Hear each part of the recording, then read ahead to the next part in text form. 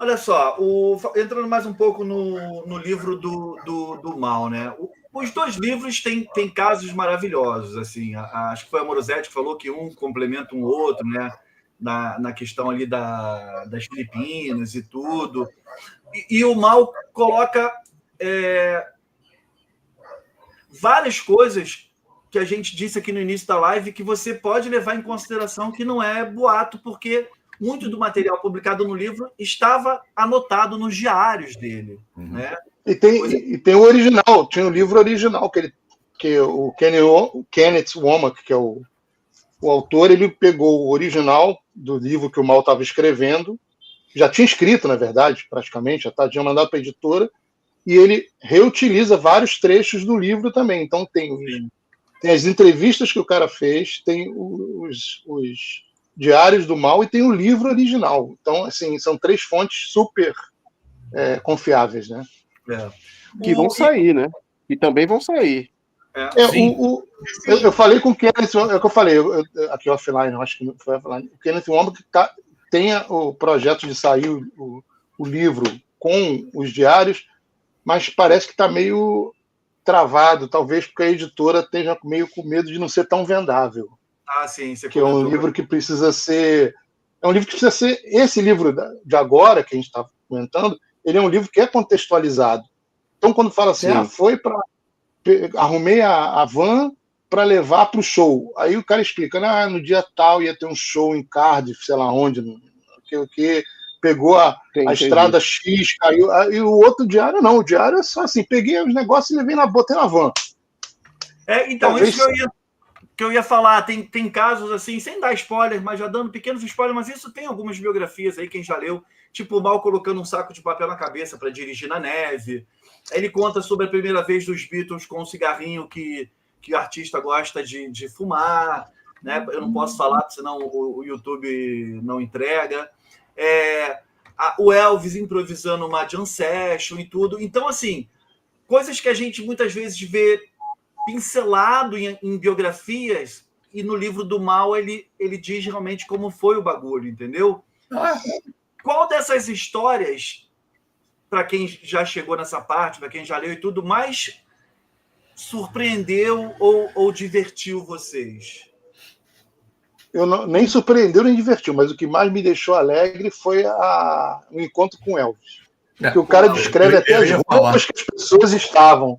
Ele teve que ir na cozinha cortar uns plásticos para fazer umas palhetas para os caras tocarem.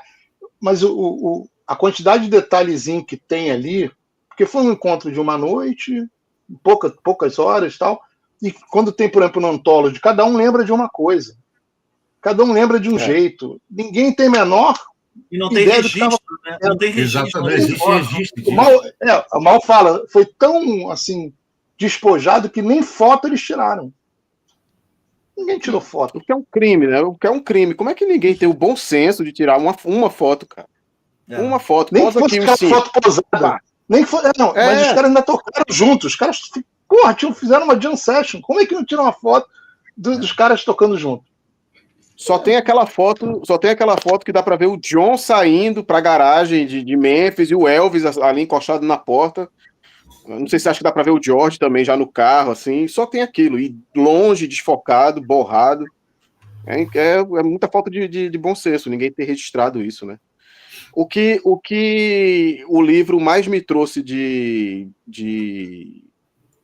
É foda. Eu não vou ver como é que eu falo isso sem dar spoiler. O que mais me tocou no livro, assim, é do caralho, ter os detalhes do Elvis, ter lá os detalhes da noite lá com Bob Dylan, do Existem 7 níveis e tal, para essas histórias que a gente já conhece, ele conta com mais detalhes, ele conta com mais detalhes ali. Mas o que mais me impactou no livro foram 2 coisas. Primeiro, os poucos ressentimentos que ele tinha na história dele, com a banda, que me surpreenderam negativamente com os envolvidos, e uma coisa que eu realmente nunca tinha pensado sobre a noite em que ele morreu. O que é que levou aquilo ali, entendeu? Qual foi a atitude que ele tomou ali naquela história? Porque para quem vê a história por alto, acha que, de repente, o Mal endoidou em casa e, sei lá, começou a bater na namorada e ameaçou matar a namorada. E não foi nada disso. Não era. Todo mundo que conheceu ele, que conviveu com eles, diz que o cara era um gentleman. Era um doce de pessoa. Só que tinha 2 metros de altura, né? Tinha 2 metros de altura e 3 de largura. O famoso gentle Giant. O cara era uma aparência de bruto, quando na verdade o cara era um docinho. Então, para muita gente ficou essa mancha. Ao mesmo tempo que é uma coisa triste mostrar o que aconteceu ali, mas mostra que ele não assim, ele endoidou em casa, estava sob remédio, com depressão e tal, mas ele não queria bater na namorada, fazer mal a ninguém, na verdade, ele queria fazer mal a ele mesmo. Então, são esses 2 momentos do livro que me tocaram mais, assim, me impactaram. Eu esqueci de falar uma coisa, que isso me impactou muito, que eu sabia, mas não do jeito que tá. Que ele sempre teve fudido de grana. Ele sempre tinha que conseguir outro emprego, ele sempre estava no vermelho, ele sempre... E ele ficava com pudor de pedir aumento. Ele nunca pedia aumento. Ele estava sempre na merda. É impressionante isso. E aí passa por isso que eu estou dizendo, porque além desse episódio da morte dele, os royalties que ele deixou de ter ganhado por não ter sido creditado em certas músicas, entendeu? Isso é que eu acho, assim, imperdoável da parte dos Beatles, né? A parte da banda. Mas fora isso, assim, é um livro delicioso, gente, é um livro maravilhoso. Mas esses 2 pontos, assim, são baixo astral e que foi o que mais me pegou.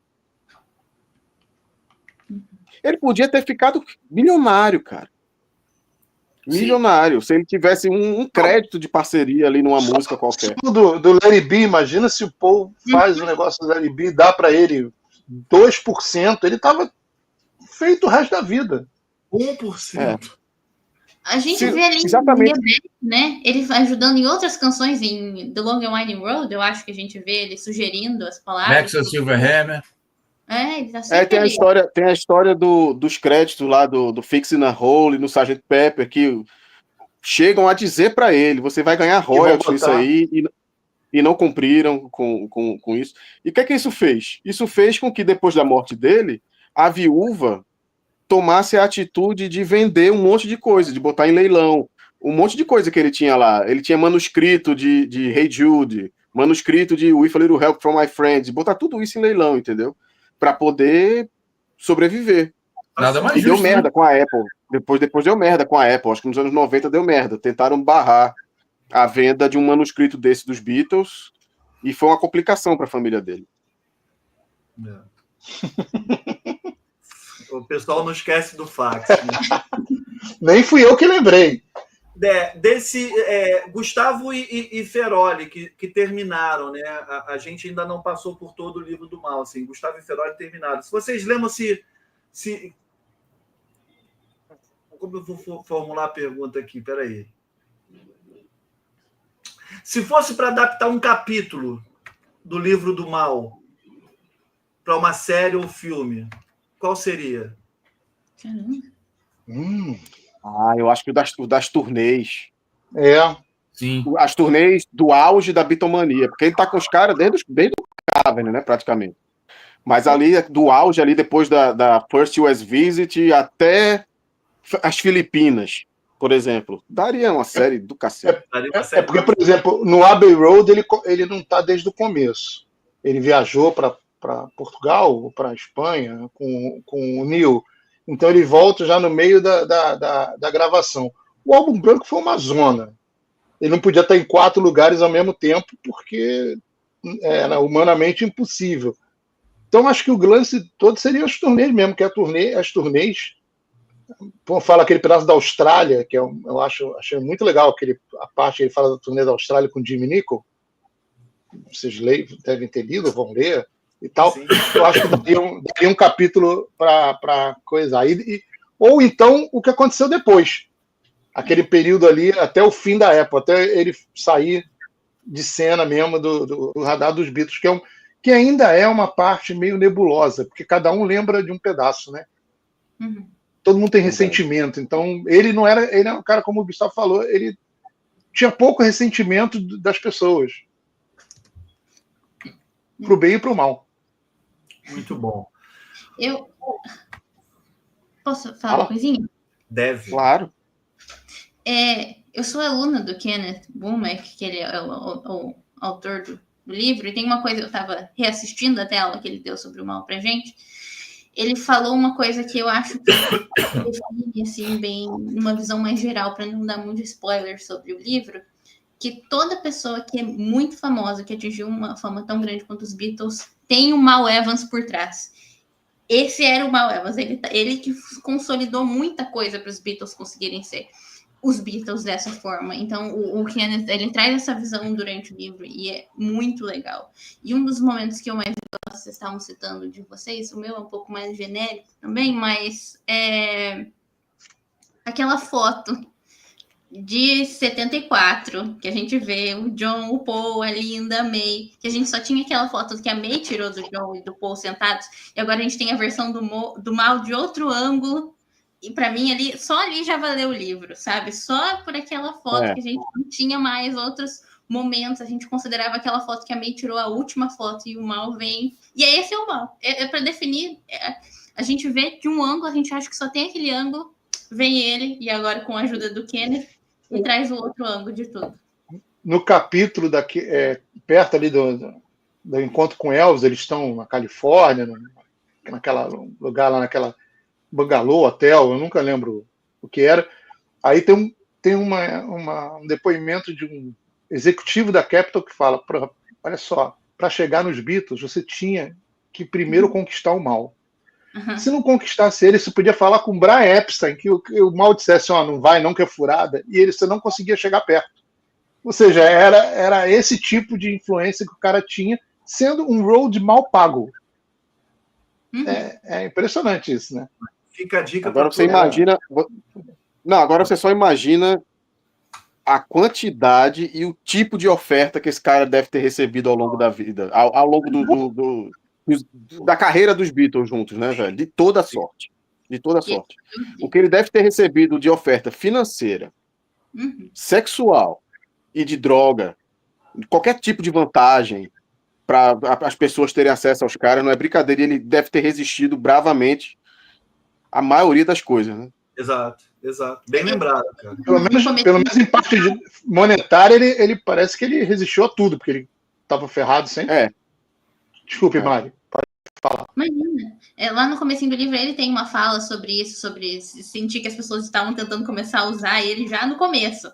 E ele tinha que tomar cuidado com todo mundo, que as pessoas usavam ele como caminho para chegar até os Beatles. Então, isso que eu estava falando antes. O Mal, infelizmente, aconteceu aquilo lá no final, que a gente sabe, né? Mas o Mal era um cara de uma sensibilidade enorme. E essa sensibilidade ajudou os Beatles em muitos momentos, porque às vezes eles eram os patetas. O John tinha um julgamento péssimo de caráter. E quantas vezes o Mal deve ter salvado ele ali, sabe? Então, isso é legal de observar. Você falou que eles eram os patetas. Eu tinha isso no livro do Hunter Davis, tem isso no livro do Mal, que inclusive é um capítulo. Socks, Mal. Os caras estão lá no meio da gravação, minha meia tá furada, meias. Aí o cara vem depois com um saco de meia, no meio do nada. Era desde arrumar a guitarra, a comprar carro, a comprar meia. Entendeu? Ele indo buscar aquele negócio em Quebec, eu não sei, tipo, parece uma âncora, mas eu esqueci o nome, para bater o martelo, tudo que o Paul falava, vai buscar minha garrafinha. Uma bigorna. O bigorna. O John falando, de brincadeira, mas falando pro irmão e buscar seios falsos para ele. É assim, o dia inteiro, né? Não, e o Mal tinha um negócio, ele morreu, a gente estava falando da morte dele aqui, no fim da morte ele já tinha recebido uma grana do Paul e ele ia trabalhar na turnê do Wings em 76, então tipo assim, não era para ter acontecido o que aconteceu com ele, foi realmente uma grande pena. Dei um spoiler de novo, esqueci, desculpa.